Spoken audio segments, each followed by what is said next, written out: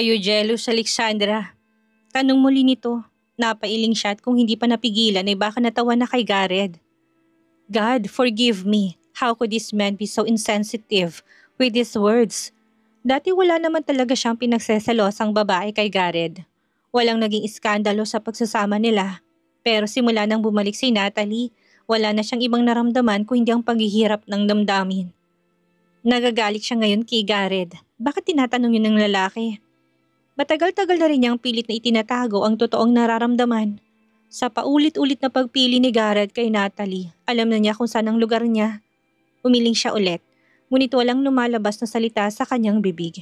Tumayo siya at balak na sanang iwan ng lalaki, ngunit hinawakan itong kaliwa niyang kamay. Are you Alexandra? Mariin itong tanong. Binawi niyang kamay kay Gareth at mapait na natawa sa lalaki. What do you think, Gareth? Hamon niya. Hindi niya aminin sa lalaki na nakakaramdam siya ng panibugo kay Natalie. Kahit na yun ang totoo, hindi niya hayaan na lumabas yun mismo sa kanyang bibig. Hindi nakapagsalita ang lalaki, tumitig ito sa kanya, tila naghahanap ng kasagutan sa kanyang muka. Nang hindi ito makapagsalita, itinalikuran niya ito para maglakad paalis. Don't ever have a dinner with another man. Malapit na siya sa pinto ng kwarto nang marinig yon. Nilingon niya ang lalaki, matuwid ang pagkakatayo nito at seryoso na naman ang mukha. Why is it that he can have another woman, but I cannot have dinner with a friend? Tanong niya sa sarili. Umiling siya. We're friends since college. There'd be no issues with having dinner with him. Mabilis na humakbang ang lalaki. Ngayon ay bumakas na naman sa mukha nitong pagkairita sa kanyang sagot. Bakit ito magagalit? Bakit siya nito pagbabawalan? Kung meron man, ano naman ngayon? We are getting divorced. Besides, you already have someone to replace me. Why can't have mine? Nilamon ng malalaking hakbang ang pagitan nila. Sa malapitan ay mas lalong madilim ang anyo ni Gareth. Gumalaw ang panga nito at mapula ang mga mata. Mabilis na rumagas ang ilang alaala kay Alexandra. He's possessive of the things he own, bulong ng kanyang isip. Madalas na magkasama sila sa mga events at parties sa kumpanya man o sa ibang bagay. Kahit na hindi sila magkasama, alam niyang binabantayan ni Gareth ang bawat niyang kilos. Ilang beses na rin na nasubukan niya ang pasensya nito. Lapitan lamang siya ng lalaki o kausapin ni nagagalit na to. Kaya naman, nakasanayan na niya noon ang umiwas na makipag-interact sa mga lalaking pwedeng pagselosa ni Gareth. Yun ang pagkakamali niya dahil naging panatag siya sa pinapakita ng lalaki. Akala niya nagiging mapag-angkin ito dahil unti-unti na itong nahuhulog sa kanya. I was wrong to think that he's being possessive because he's already fallen for him. Pero sa kabaliktaran, naging possessive lang siya dahil ayaw niyang hawakan ng ibang tao ang pag-aari niya. Para sa kanya, para lang akong gamit na hindi pwedeng hiramin o hawakan ng iba dahil pagmamay-ari niya ako. I'm not special, just someone he owns. Himutok niya sa sarili. Bakit nga ba maaari kang magpakasal sa ibang babae pagkatapos nating maghiwalay? Pero hinuhusgahan mo ako para sa hapunan kasamang isang kaibigan? Gumalaw ang panga nito, ngunit hindi siya nagpatinag. Isn't it unfair, Gareth, that you can secure another marriage but I cannot entertain? Hindi niya natapos ang sasabihin dahil lumapat ang labi nito sa kanya. Natigilan siya. Hindi niya inaasahan na gagawin niya ni Gareth. Nang gumalaw ang labi nito, unti-unti rin siyang nakabawi sa pagkabigla. Gamit ang kanyang kaliwang kamay, tinulak niya ang lalaki. Lumayo ito ngunit ilang pulgada lamang ang layo. What the? We're still married. Are we not? Malamig nitong tanong. Umuwang ang kanyang bibig. Naguguluhan sa lalaki. We're not yet divorced. Marinang bawat salita nito. It means you're mine. Stop saying that. Ngayon ito na ang pinutol niya. Umatras siya pero ang malamig na pintong pumigil sa kanya. Ngayon ay tuluyan siyang na-corner ni Gareth. Umiling siya at nainis na naman sa lalaki. Stop claiming me as yours, Gareth. I'm not a possession. I own myself. Nanginig ang kanyang labi. Gusto niyang paniwalaan ang mga salitang lumalabas sa kanyang labi dahil yun di naman ang katotohanan. Pero bakit sumisikip ang kanyang dibdib? Bakit kahit ang isip niya ay kinokontra siya? Matagal niyang minahal si Gareth. Tanging ang pride na lamang ang kanyang kinakapitan para hindi magmakaawa sa lalaking piliin na lamang siya nito. Wag na si Natalie, na mas gagalingan niyang gampanan ng pagiging asawa, na mas mamahalin niya ito. Gagawin niyang lahat hanggang sa maging totoo ng nararamdaman nito sa kanya.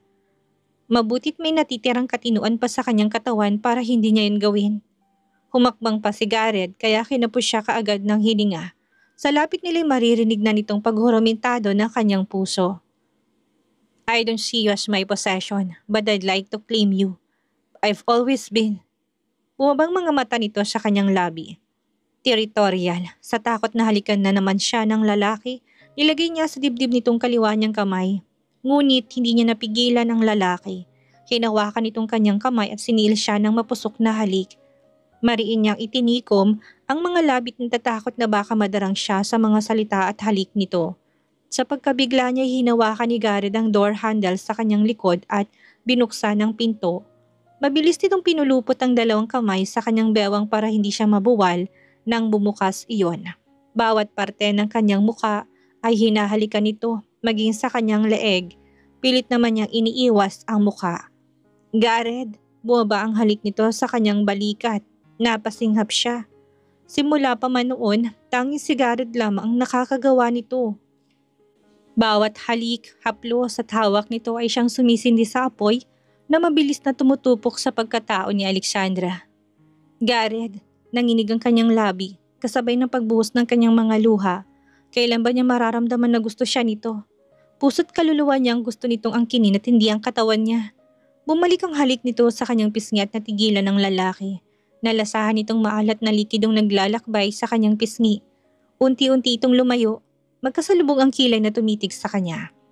Sumilay ang galit, pagkalito at sakit sa mga mata ng lalaki.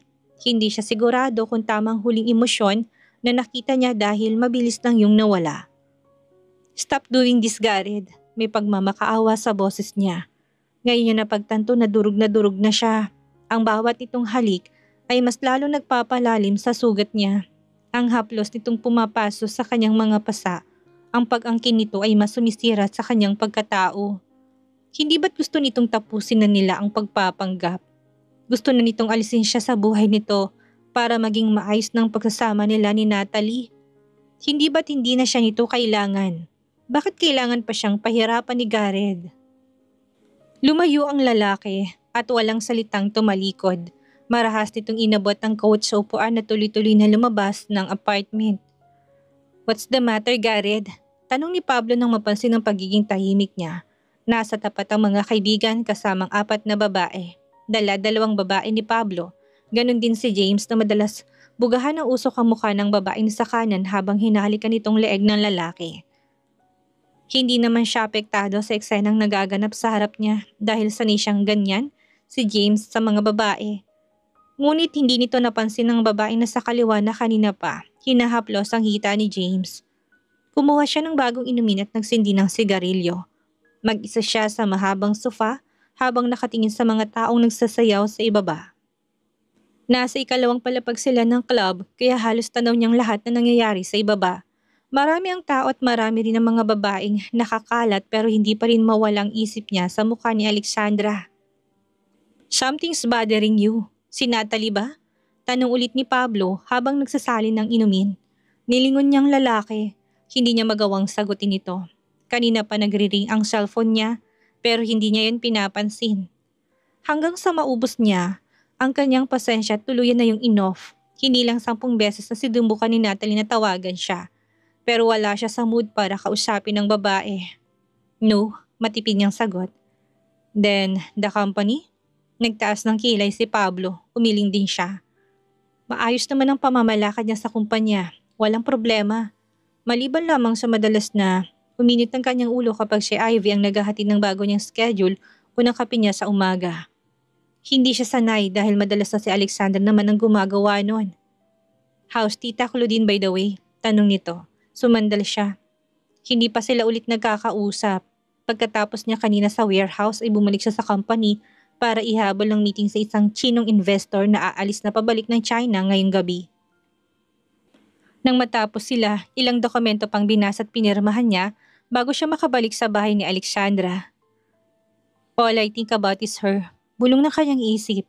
Hindi siya mapakali lalo pat gusto niyang makasiguradong maayos na lang ito.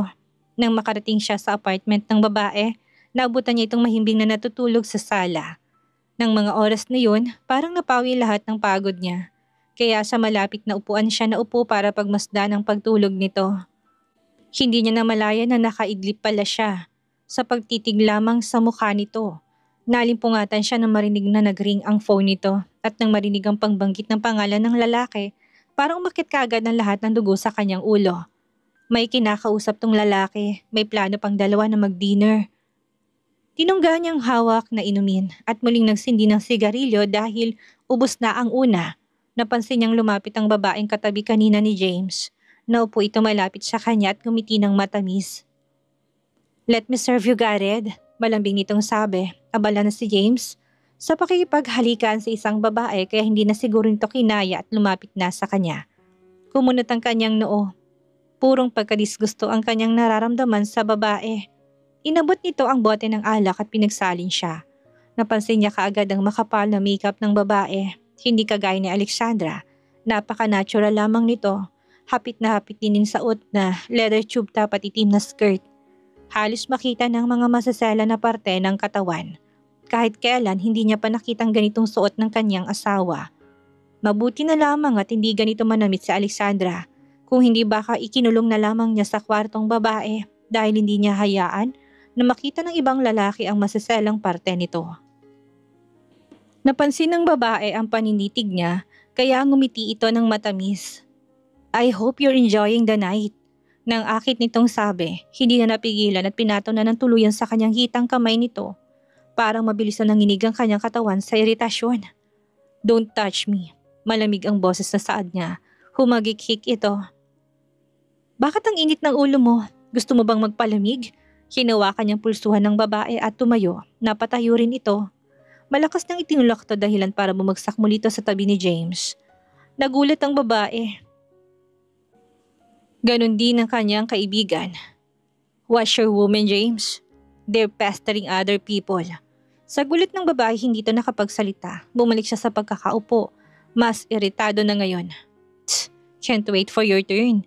Walang emosyon tanong ni James. Nang balingan ng babae, kinuha nitong wallet at naglabas ng pera. Nilapag nito yun sa babasaging mesa at sinulyapan ang tingin ng babae. "Leave." Malamig na saad ni James. Parang napahiya ang babae sa nangyari. Bagong modelo lamang siya at nakakayaan sa mag-club kasamang mga kaibigan na makita nila sina James. Sumama sila kaagad kahit na alam naman nilang hindi sila kilala ng mga lalaki. Hindi siya bayaran. Pero sa takot na baka mas lalong magalit si James ay nabot nito ng dahan-dahan ang perang nakapatong. Nilibot nitong tingin sa mga kaibigan na naroon. Tila walang pakialam ang kanyang mga kaibigan, kaya nagdadabog siyang umalis. Samantalang napailing na lamang si Pablo sa nakita. "When will you be a gentleman, Gareth?" May panunukso sa boses nito.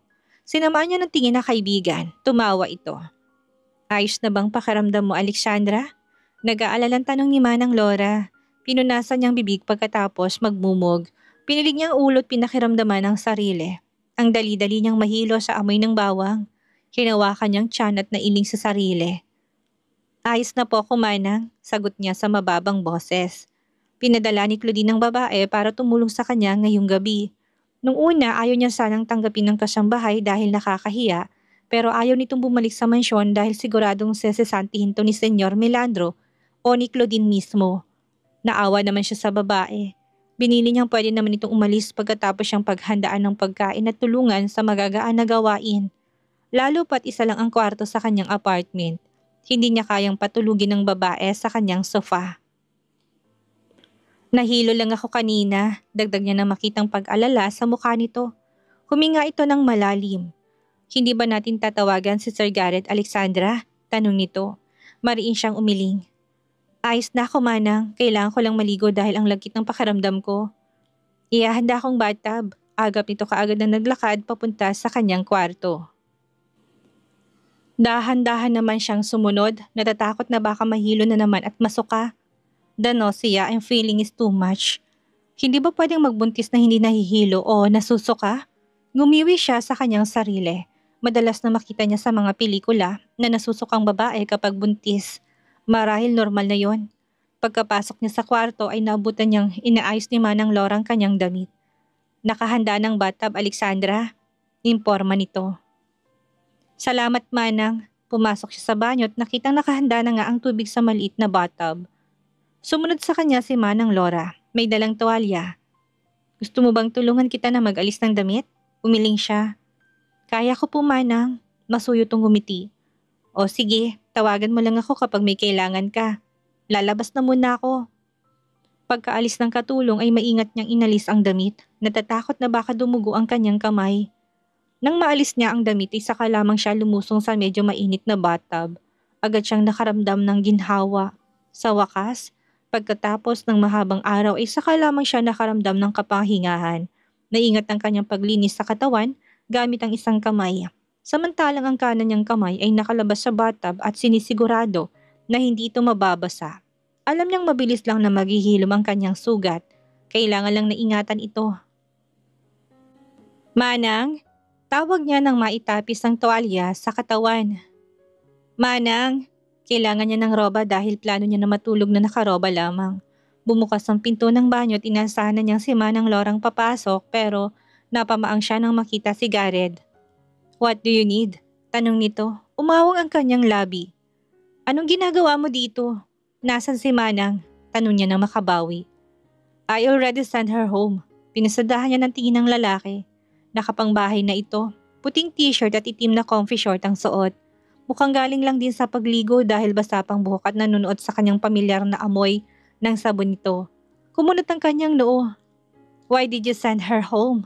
Humilig ang lalaki sa haba ng pinto. I'm already here. Sagot nito na parang sapat na yun para maintindihan niyang nangyayari. Hinagod siya nito ng tingin. Mabilis naman na nadindig ang kanyang balahibo. Naglakad siya palapit sa lalaki at itinulak ito paalis.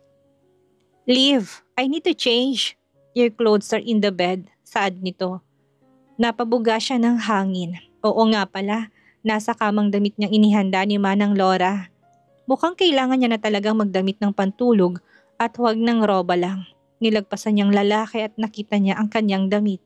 Dinampot niya yon at saka bumalik sa banyo. Nasa may pinto pa rin si Gareth kaya pinalakihan niya ito ng mata. Leave! Humakbang naman to palayo sa pinto pero halatang nababagot. Nang makapasok siya ay matagal at bago niya inaisayot ang damit.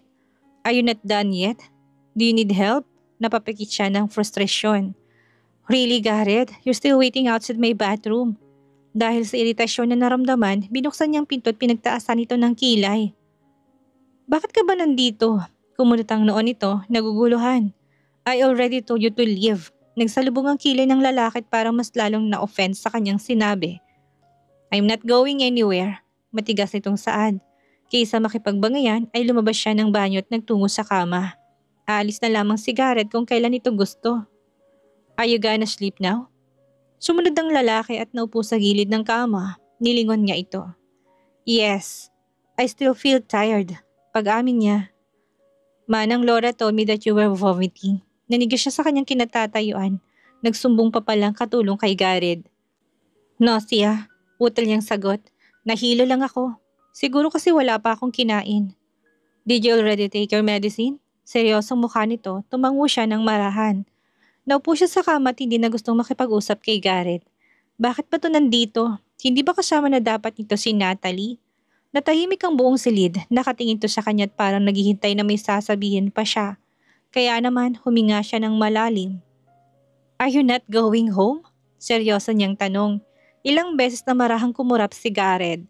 Parang nilalabanan ng antok. Hindi to sumagot bagkus ay tumayo ang lalaki at naglakad palapit sa tabi niya. Kumunot ang kanyang noo. I'm already home, Alexandra. Sad nito, halatang pagod na. Natahimik siya. May kung ano sa kanyang puso na ayaw niyang magsalita at hayaan na lamang ang lalaki na matulog. Maybe he's tired too. Pero binubulong ng kanyang isip na kailangan niya itong paalisin. O hindi kaya ay siya ang umalis? Hinawakan niya ang unan at yun na ang plano. Sa couch na lamang siya matutulog. Ngunit hinawakan ni Gareth ang kanyang pulsuhan. What are you doing? May bahid ng iritasyon sa boses nito. Natameme siya. This is another up-close encounter with him. Masyadong malapit ang mukha nitong hindi siya makapag-focus sa kanya. Are you leaving? Saan ka matutulog? Amoy mint at ram ang hininga nito. Kumunot ang kanyang kilay at napatitig sa namumungay na mata ni Gareth. Nakainom ba siya? Tanong ng isip ni Alexandra. Hindi naman mukhang lasing si Gareth pero amoy niyang alak sa hininga nito. Bago pa man makasagot, ay humilig na to at dumampi ang malambot na labi nito sa gilid ng kanyang labi. Natigilan siya. You smell nice. Bulong nito. Natauhan naman siya. Sinubukan niyang lumayo pero nahawakan na nitong kanyang pulsuhan. Are you drunk? Galit niyang tanong. Kaya siguro nanditong lalaki at hindi tumuloy kay Natalie ay dahil nakainom ito. Pumiksi siya sa hawak ni Gareth at bumaba ng kama. Mariin naman ang pagkakatitig nito sa kanya. Why are you always avoiding me? May hinanakit sa boses nito. Gusto niyang matawa. Why? Did he expect us to cuddle?